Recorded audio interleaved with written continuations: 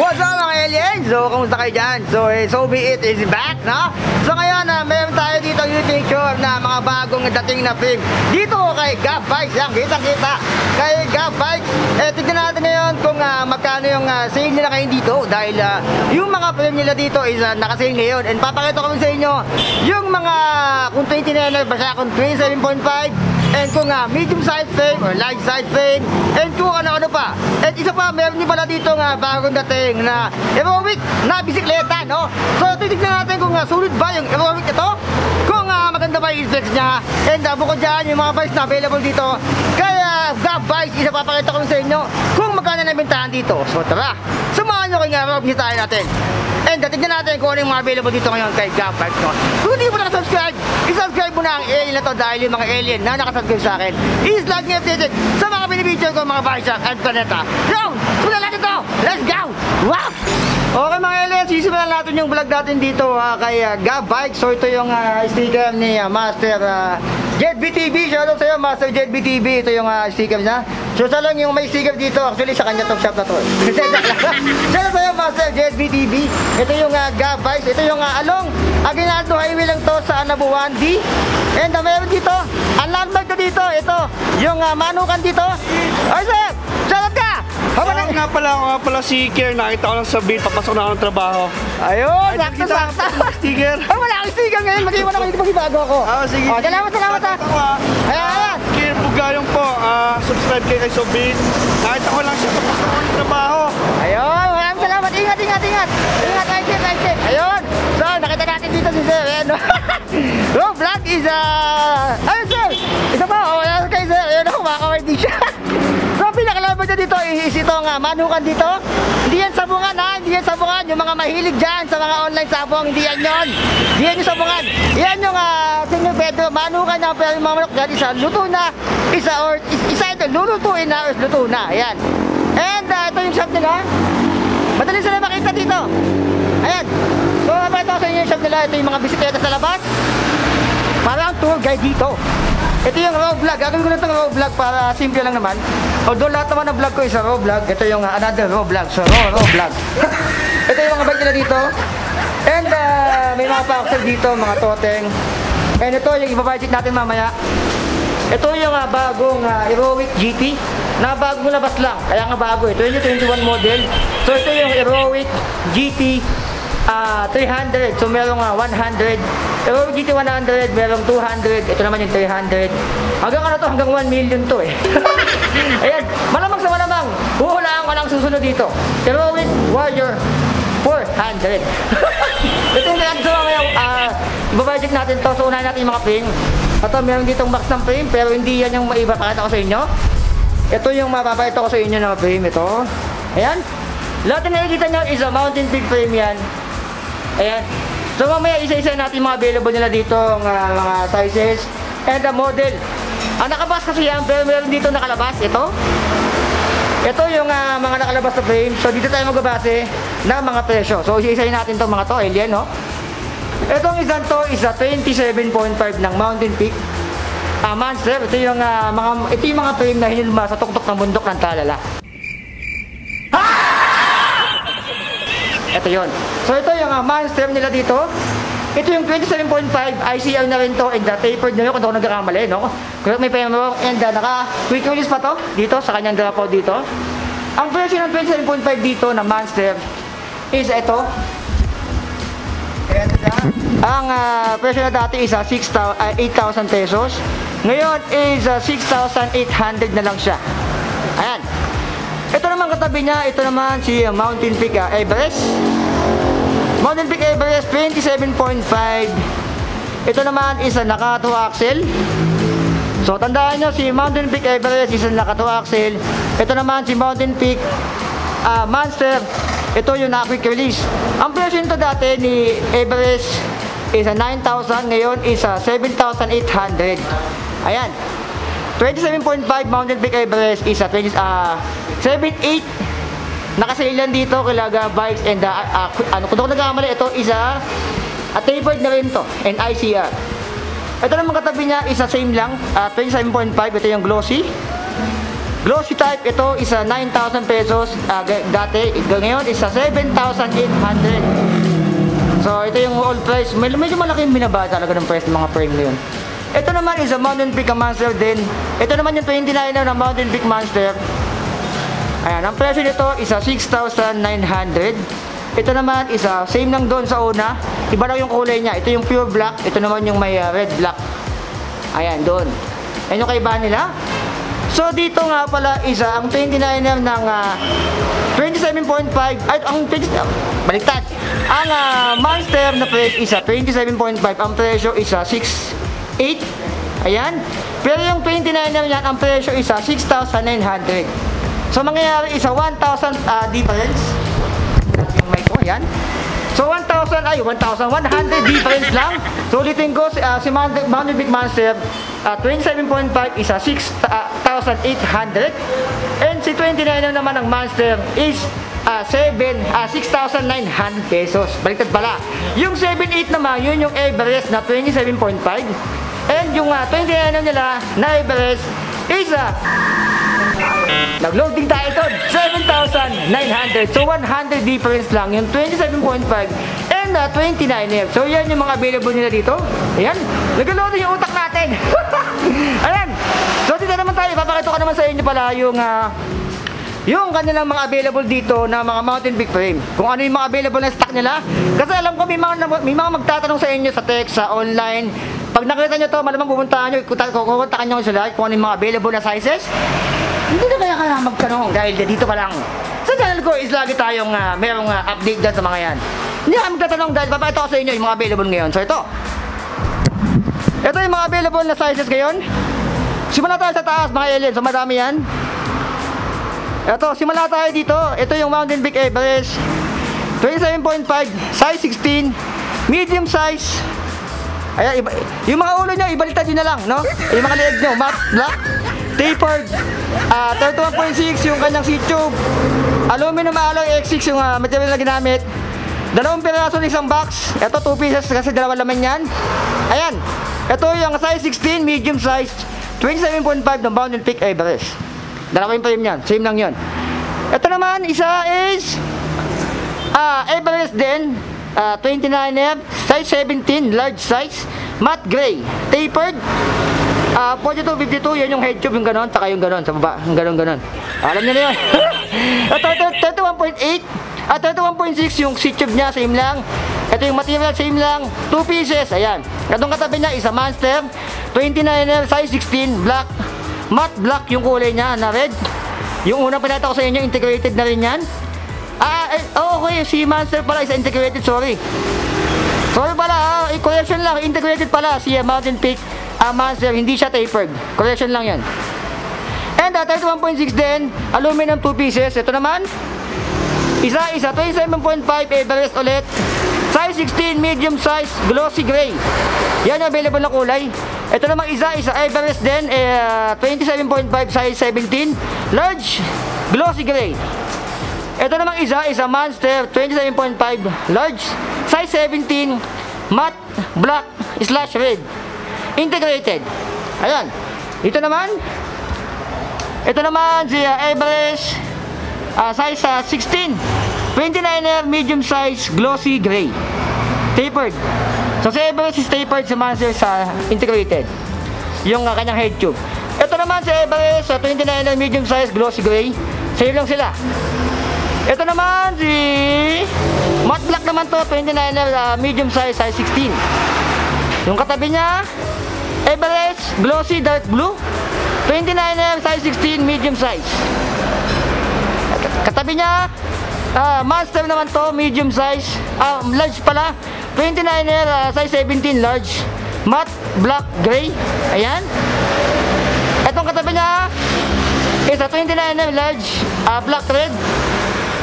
Ayan, Monster. Ito, katabi niya is Monster din, 27.5, size 17, large, matte black / red, integrated. Ito naman sa baba niya is a Monster din, 27.5, size 17, glossy red black, large size. Katabi niya, Monster din, 27.5, size 16, medium size, glossy red black. integrated siya. Ito, katabi niya is twist monster din, 29er, size 16, medium size, matte black slash gray. Ito naman katabi niya, Everest 27.5, size 16, medium size. And tapered na rin, matte black. Ito naman matte dark gray, Everest large size, 27.5, size 17. Ito katabi niya is Everest din, 27.5, large size, size 17, glossy dark blue. Ito naman 27.5, large size din. Ito matte gray, glossy gray. Lalabas ko na lang. Hindi okay na. Hindi okay lang ilabas. Ano ka ba? Para Anong ilalabas mo? Ito, yun naman. Kala ko ano ilalabas mo eh. Nag-iisa. Tag-iisa. Oo, isa-isa. Ayan. So mga alien, lalabas daw nila, no? Para makita daw yung mga kulay-kulay, no? So, Nasa Everest. nahilo ko. Okay mga alien, i-budget naman natin itong bagong bisikleta ng Aerowick. Ito yung kasali sa GT series. So ito yung GT 300. Yan yung model niya. So ito yung kasama sa sa GT series. Meron kasi nauna to, Aerowick GT 100, 200. Ito yung 300. So alam niyo na yung next nilalabas, Aerowick GT 500. Joke lang, 400. Ayan. So tignan natin kung maganda ba yung specs ito, ay kung sakto ba dun sa budget nyo or sa presyo nito, no? Ito yung matte version niya, pero meron tong glossy. Mamaya ipapakita ko sa inyo. Ito yung matte. Ang kulay niya gray. And yung model niya nasa taas, GT 300 mountain bike. And syempre meron ditong warning na bawal ang tanga. Hindi, ang pinipinpoint niyan is bawal walang helmet. Ayan, na magamit ng bisikleta.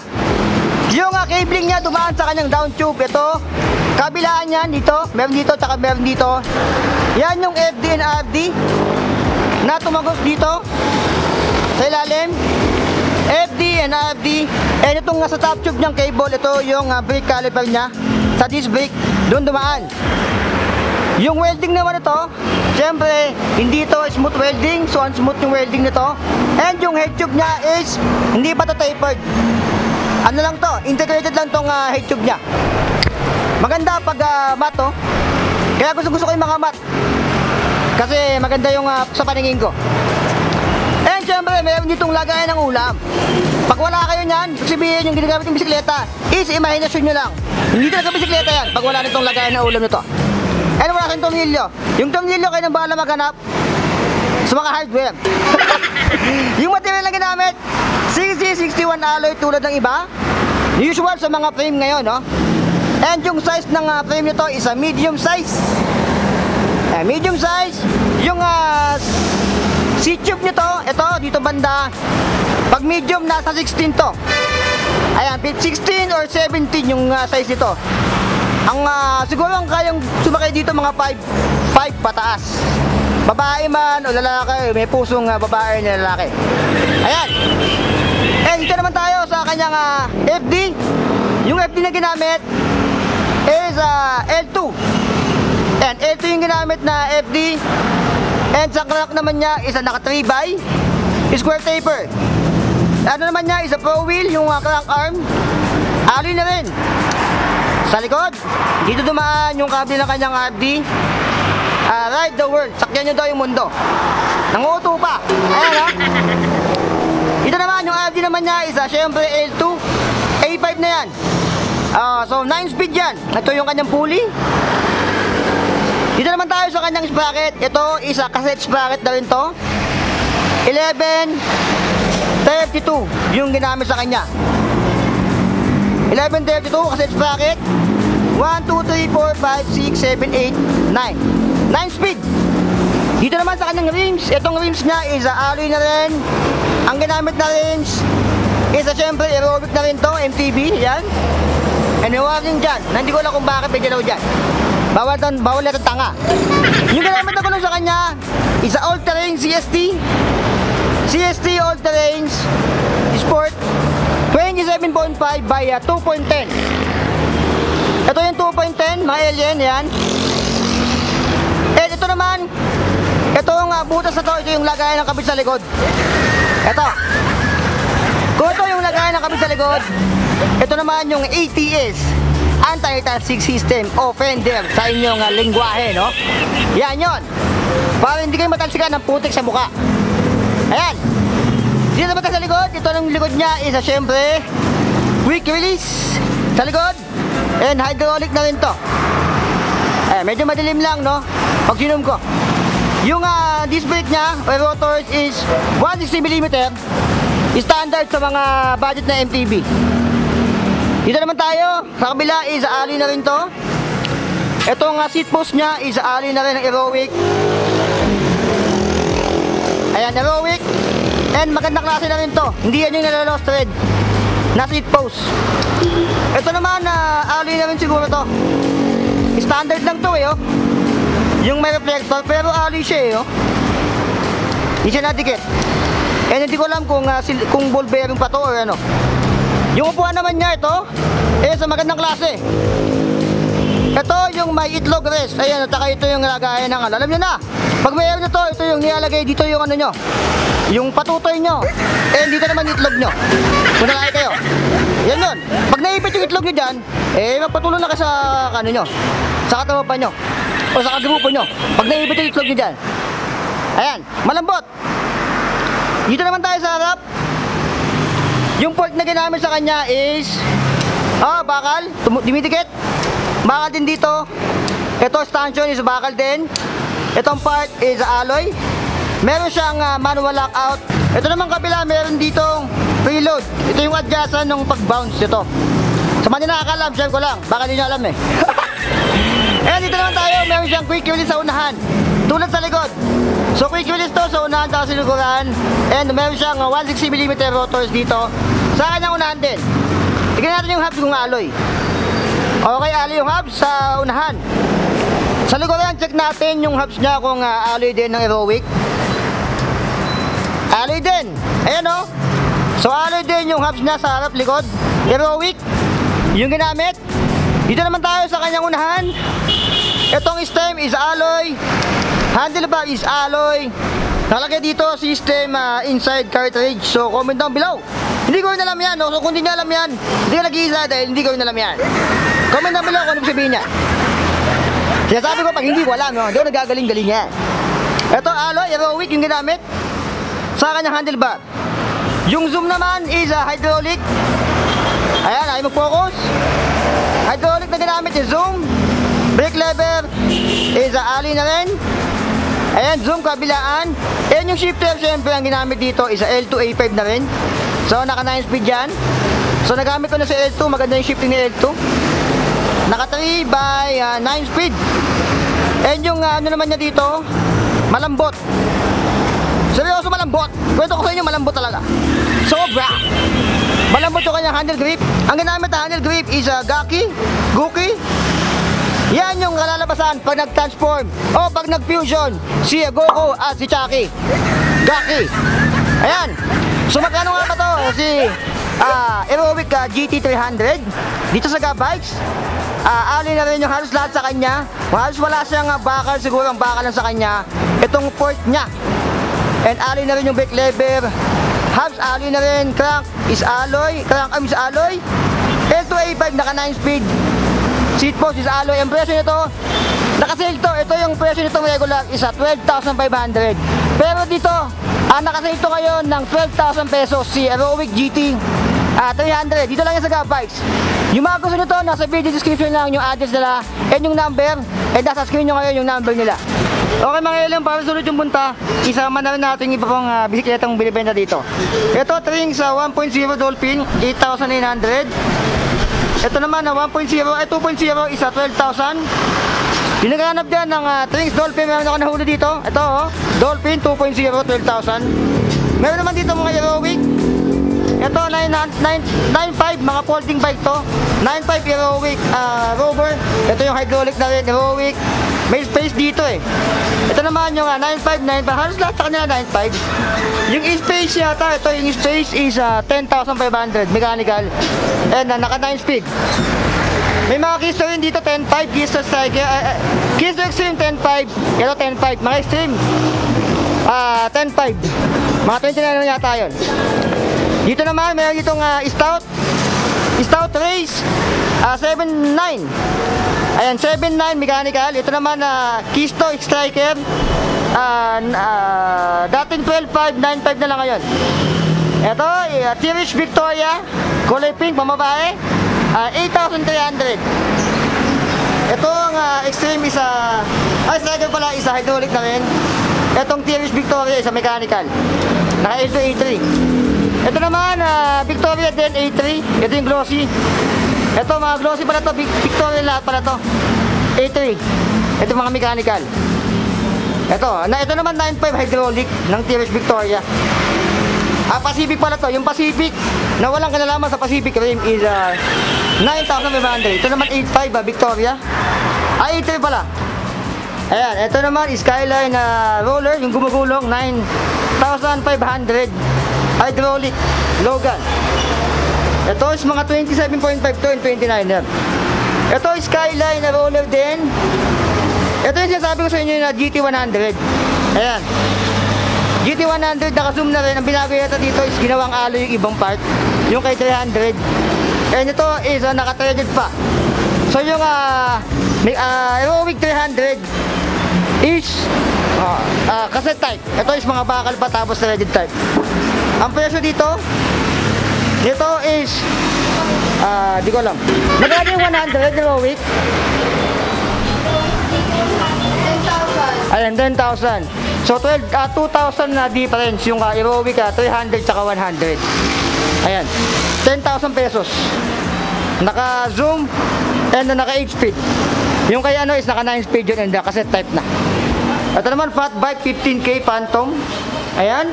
Ito naman Paxter Evans at 15K dito. Ayan, 15K Paxter Evans. Ito naman Totem Flex na 9K. Ayan, ito mechanical na L2 A3. Totem, Totem 3300 isa 14K. Ito is mechanical A2, A5, naka 9 speed mechanical. Ito naman 14K din, 3300 din. Ito mga Paxter, ito is Evans din, 15K. Ayan, so kung nagkakap kayo ng Evans sa Paxter, meron dito. Itong color blue and pula na may black. 15K, hydraulic ng Shimano MT200. And naka 8 speed. Ayan yun, Paxter Evans. Ito yung kasi sabi ko sa inyo, glossy type. Glossy part ni glossy model. Model ba yung tawag doon? Glossy, basta yun na yun. Ito is glossy. 12,000 pesos. Mawala tayo, sobrang init, no? Ayan, zoom na rin. Parehas lang ng ang pagkaiba lang itong Binetic Cut is matte. Ito is glossy. Ito naman Paxter 202, 10,000 pesos. Ito is combo shifter ng Tourney. Ayan, Shimano Tourney. Yung mga Paxter pa rin dito. So naghanap ko yun ng Paxter ng bike, meron dito Evans in 202. Evans 15K, 202 is 10K. Ayan. Ito naman isa pang 202 matte blue. Cyan ba yan o blue? Ayan. Ito naman yung kulay pula na 202. Ito naman is a stout shooter 9,500. Ito yung hydraulic. So sa 9.5 mo meron ko ng hydraulic stout shooter. Ayan. Ito naman is a shooter din. Shooter din sa 9.5. May mga helmet din dito. Helmet isa nasa 950. Ito Aerowick 950. Ito naman yung mga Fox. Magkano itong Fox? 1,300 po. Ito 1,300 yung mga ganitong Fox. What does the fox say? May Aerowick dito 1,200. Ayan.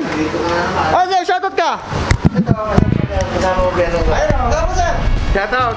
Ay, misis ko, pahing pera, pabili bisikleta. Ito, may bisikleta. May sir. Ay, may bisikleta sir dito. Ayan, no? Nakapasya ni sir. So, ayan. Ayan din na madam. Sige, ayan din ni madam. Ayan dito naman, ito. Nandito yung impacta si Max. Ayan, si Max. Ano ito, Max? Invite mo sila. Ayan, nakasil nga. Ang pangit ko dyan ah. Kailangan mo buwanda. Bakit ka naman talaga? Ay, Mabisa ka na. Kasama ko, pabisa ko. Nakakainis ko. Nahiya sa Max, bala ka. Kasama ko yun. Uncut version to eh. Sama kayo. Ito mga all legit is nasa less 1K. At yung mga widget na dito, meron silang widget dito na Devil. Ito, bago to dito, Devil. 7,000 pesos. Mountain Peak 29R. Devil. Carbon. So naghahanap kayo ng carbon na Mountain Peak and ride without limitation. May limitasyon kung yun yung dadaanan nyo. Yun yung limitasyon nyo. Babay kayo. 7,000 pesos. Devil. So naghanap kayo ng Mountain Peak Devil Carbon. Meron dito. Ayan. RGF 729 Carbon. Ayan. Ito. Tapered na rin. And mahaba. Carbon na rin yan. Ito naman is a Mountain Peak din RGF 629. Nasa 4,000 yata to. Ito mga to is less 1,000. Ito 3,500. Mountain Peak 32. So size 32 yung ano niya. Ayan. F-type naman pala to. So yung mga F-type dito is 3.5, mayroong 3.7. Ito 29 4.2. Ito. Meron dito nga Air. Heroic Air na rin to. 27.5, 3.5. Ayan. Ito is 4,000. 27.5. Ito naman is Heroic din. Ayan. Yan yung mga dropout na dito. Hindi yung tropa mong nag-dropout tong college. Yun yung high school pala. Ayan. So yung mga port dito is nasa 3,000 to 4,000. Mga air na rin yan. So naghanap kayo ng mga air type na 3,000 to 4,000 ang budget nyo. Ito meron dito. 27.5 and 29R. Yan yung mga yon. And may rigid port dito. Nasa 4,000 tong dito banda. 3,000 to 4,000 ito. Itong rigid port na carbon nila na bago isa 7,000 pesos. Devil. Carbon. Shoutout sa tropa ko si Jobber, si Jason, si Jimwell, Aaron, si Bochok. Girlfriend! Wala. Wala si... Meron. Meron? Paano? Trisha. Trisha yun? Dami Trisha. Kita ka siya? Roland. Maraming salamat sa natin. Shoutout sa mga apo ko. Paano lang po niyo? Marami, 13. Saan po lang? Maraming na pangalan mo doon? Ha? Pangalan po? Marami. Anong pangalan mo daw? Efro. Ay, Efro. Masarap kayo mga Efro. Maraming salamat po. Nagtipid nila. Shoutout po kay Robro, pati kay RJ, kay Ernie, kay Bema, tsaka kay Mike. Hoy, Mark! Dito ka! Nahiya mga alien. Ayan, gano'n po sinatot niya. Okay mga alien, nakipakita ko na sa inyo kung ano yung mga bago dito. Kaya Gabike, so ulitin ko, nakasale itong mga frame nila dito is yung Monster is nasa 6,800. Yung 27.5, yung 29R is nasa 6,900. So 1K difference. Yung Everest naman, Everest 1 is 7,800. Yung 27.5. Yung 29 naman is 7,900 pesos. And kasama na rin doon yung bagong sali doon sa Heroic GT series, yung GT 300. So alam nyo na yung next doon is Heroic GT 500. Hindi, 400. So yun, kung hindi ka pa nakasubscribe mga alien, subscribe mo na yan dahil marami pa tayong basya at planeta na pupuntahan. So yun lang, maraming salamat. I love you all. Maraming salamat sa mga solid supporter dyan. I love you all. Zobiit, Ubul, Bulpa, Zaria. Wow!